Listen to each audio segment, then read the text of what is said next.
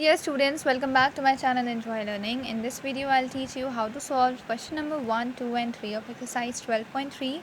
So let's begin. Name any three figures that have both a line of symmetry and a rotational symmetry of order more than 1.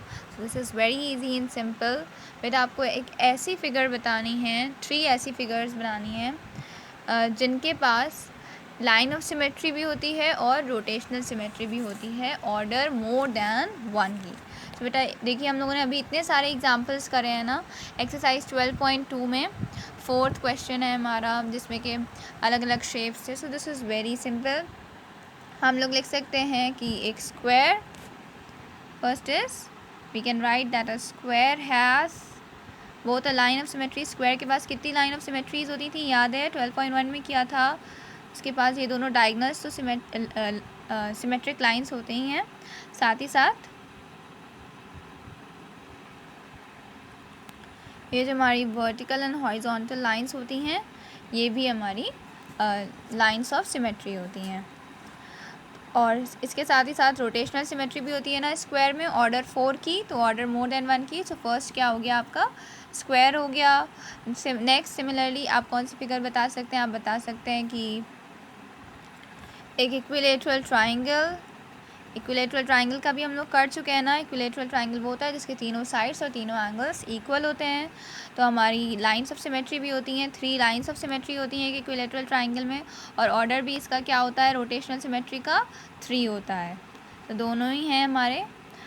और next इसी तरीके से circle है। Circle के पास infinite lines of symmetry होती हैं, infinite होती है ना, हमने बताया था ना, जितने भी सारे, बस आपकी जो स्ट्रेट लाइन है सेंटर से होके पास होनी चाहिए। ये सारी क्या है, लाइंस ऑफ सिमेट्री हैं सर्कल की।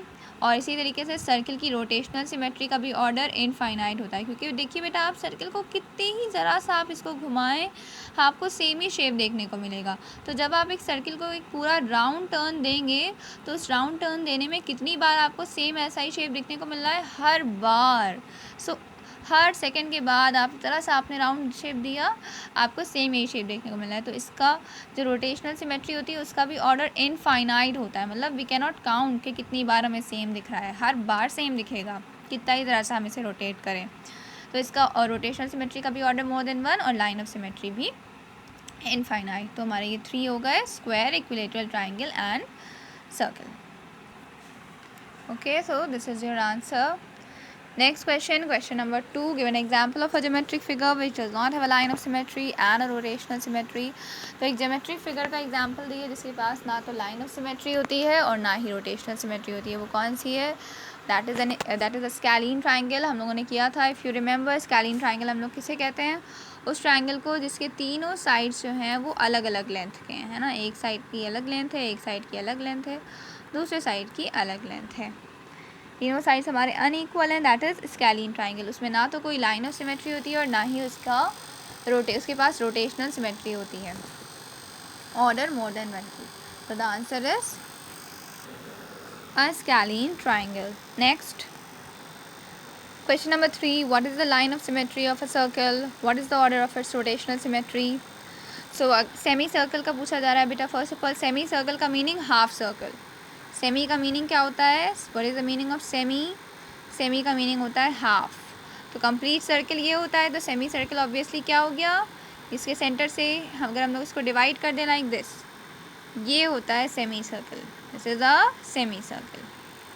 तो सेमी सर्कल की लाइन ऑफ सिमेट्री क्या होगी, ऑब्वियसली बात है, कहाँ से हम लोग लाइन ड्रॉ करें जो इधर उधर के पार्ट्स बिल्कुल सेम दिखें, सेंटर से पास करें ये लाइन, ये हो गई हमारी लाइन ऑफ सिमेट्री।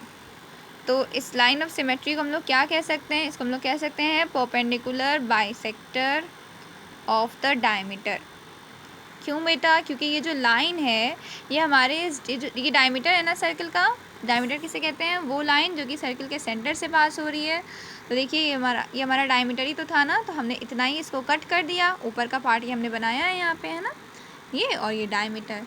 तो ये जो हमारी लाइन ऑफ सिमेट्री होती है बेटा, ये डायमीटर के बिल्कुल बीच से जाती है, तो ये डायमीटर को 2 इक्वल पार्ट्स में कट कर देती है। तो वो लाइन जो किसी दूसरी लाइन को 2 इक्वल पार्ट्स में कट कर दे उसे कहते हैं bisector. What we call that line, bisector. Bisector means 2 equal parts में कट कर देने वाली लाइन। और परपेंडिकुलर क्यों कह रहे हैं? क्योंकि ये जो हमारी लाइन ऑफ सिमेट्री होती है ये डायमीटर के साथ 90 डिग्री का एंगल बनाती है। कितने का एंगल बनाती है? 90 डिग्री का एंगल बनाती है। तो वो लाइन जो दूसरी लाइन के साथ 90 डिग्री का एंगल बनाती है दैट इज़ कॉल्ड परपेंडिकुलर। तो आपका आंसर क्या हो गया कि एक सेमी सर्किल की लाइन ऑफ सिमेट्री को हम लोग क्या कह सकते हैं? परपेंडिकुलर बाइसेक्टर, क्योंकि वो 90 डिग्री का एंगल बनाती है और डायमीटर को 2 इक्वल पार्ट्स में डिवाइड कर देती है। इधर और इधर के पार्ट्स बिल्कुल सेम सेम है ना। सेकेंड पार्ट है what is the order of its rotational symmetry. अच्छा, अगर हम लोग इस सेमी सर्कल को रोटेट करें तो इसका ऑर्डर क्या आएगा? So it is also very interesting. ये हमारा सेमी सर्कल है। आप सोचिए जब हम इसको कंप्लीट राउंड देंगे तो कितनी बारी हमें सेम दिख रहा है। देखिए पहले एक बार जब हम लोग इसको 90 डिग्री का टर्न देंगे तो ये अभी ये हमारा हॉरिजॉन्टल है, तो ये हमारा इस तरह का हो जाएगा ना, ऐसा हो जाएगा। फिर जब एक और बार जब टर्न देंगे तो ये हमारा कैसा हो जाएगा? ऐसा हो जाएगा, है ना।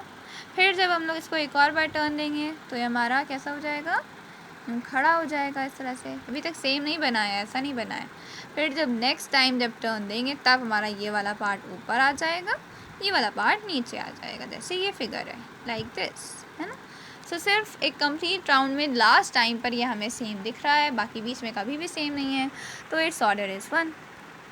Order of rotational symmetry is 1। Okay, so all the 3 questions are solved. That is all. Good luck.